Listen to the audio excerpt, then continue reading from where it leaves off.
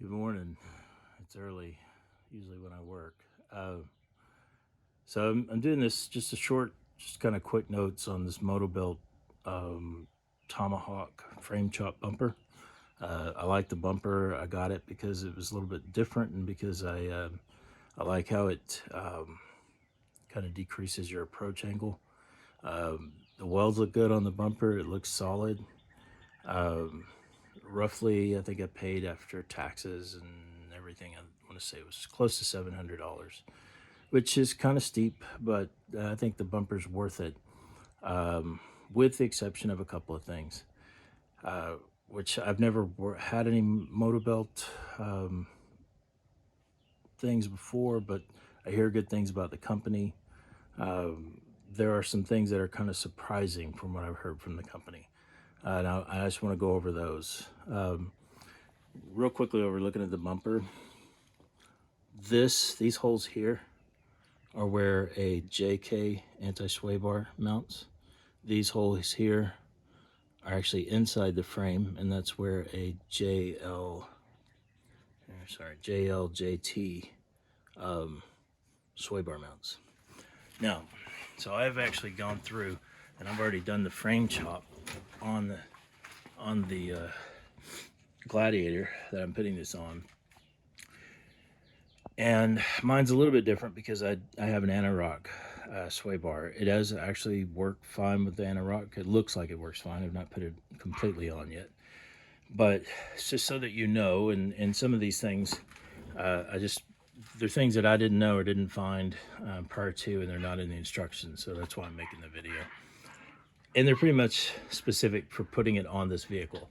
I really don't think you would have a problem putting this on the JK, because overall I think this was a bumper that was designed for the JK.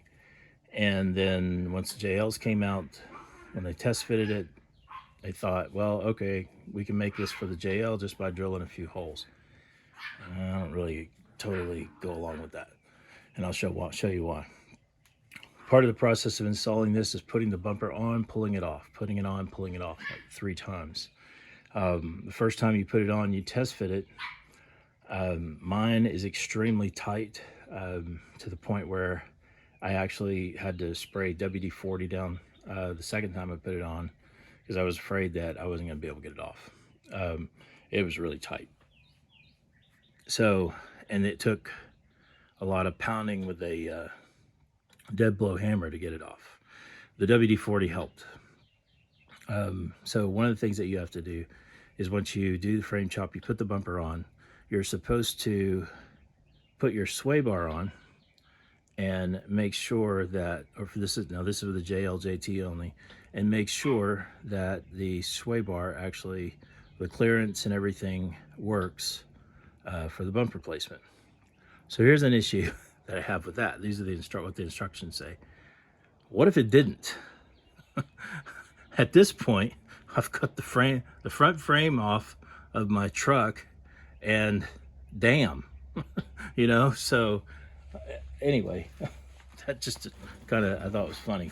But now I have an Anti-Rock, and part of the reason why this is such a pain in the ass is just because of the way this is designed, and it's no fault of Motobilt. It's no fault of Curry. It's just, it is what it is. But this is the sway bar mount, and as I said, it actually goes, I think it goes to the inside of the frame. Let me say outside first, but it goes to the inside of the frame, somewhat like that.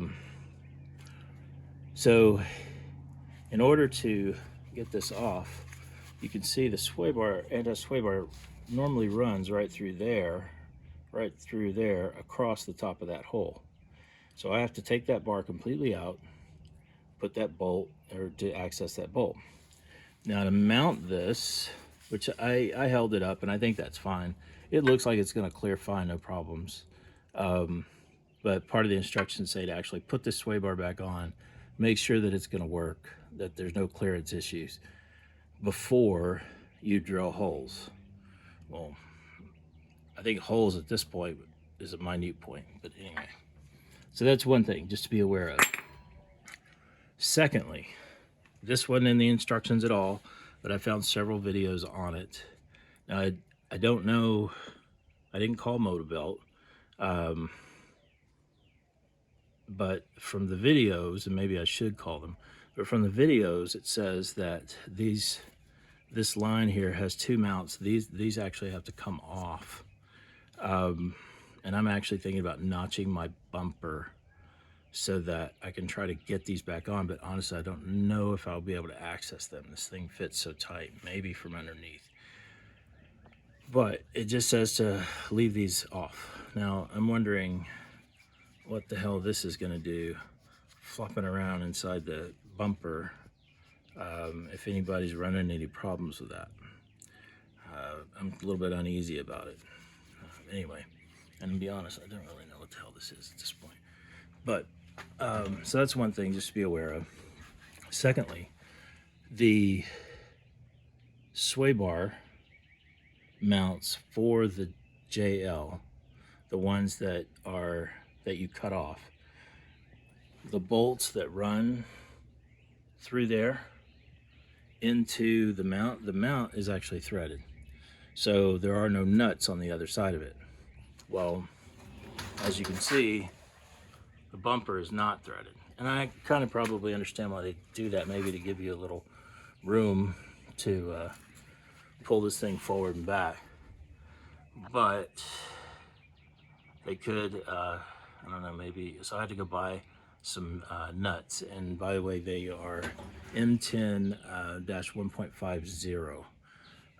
That'll fit the bolts. That's for the, I'm assuming it's the same for stock, but that's for the Anamrock. So I had to go buy nuts to be able to mount that up to the bumper. The other thing, and this is kind of the last thing, this seam I don't believe is on the JK. Now part of the instructions is that you mark, and you can kind of see where I've marked the hole of the bumper. You mark the hole and then you drill a 9/16 inch hole, and you use these barrel nuts, and they slide in like that and lock in place. Now I have no idea how the hell I'm gonna get my bumper over the top of this yet. I haven't gotten that far. But what I did realize, and this is kind of what finally caused me to make this video, because I really do have a lot more expectations out of an American company where I pay $700 for a bumper versus an Amazon Chinese company where I pay $300 for a bumper. My expectations are higher for Motobilt. And this is what's really surprising. The instructions are no better than what I would have got from a Chinese distributor. Absolutely no better at all. If that's a word, that's probably not the right grammar, but whatever. It's early. But anyway, back to this. When you put this in there, you can see that the frame is actually overlapped here, and there's a weld point, so this makes a seam.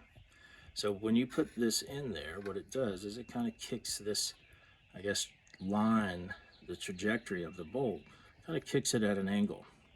Now I didn't get any further than this, because what I'm going to do is I have a little bitty belt sander, and I'm going to try to sand this down to make it less, so that it fits in there a little bit square. This would have been such an easy fix if they would have moved the hole. Now keep in mind, the hole to the bumper is where that outline is. Okay, would have been such an easy fix if they just kicked that hole over maybe about an eighth of an inch, and then it would go through it, and quite honestly I think it may be even stronger, either to the inside or to the outside, one or the other, but just so that it's not right at that damn seam. So anyway, I hope this helps someone else. I would have thought that this wouldn't have probably dissuaded me from buying the bumper, but it is one thing that I think it would be good if Motobilt kind of upped their game, at least on this product. I don't know if their other stuff is like this, on the instructions and awareness of some of these things, because it is not the same as putting it on JK. There are some differences that they do not cover in their instructions. So, all right, sun's coming up here, so you guys have a good day. Thanks.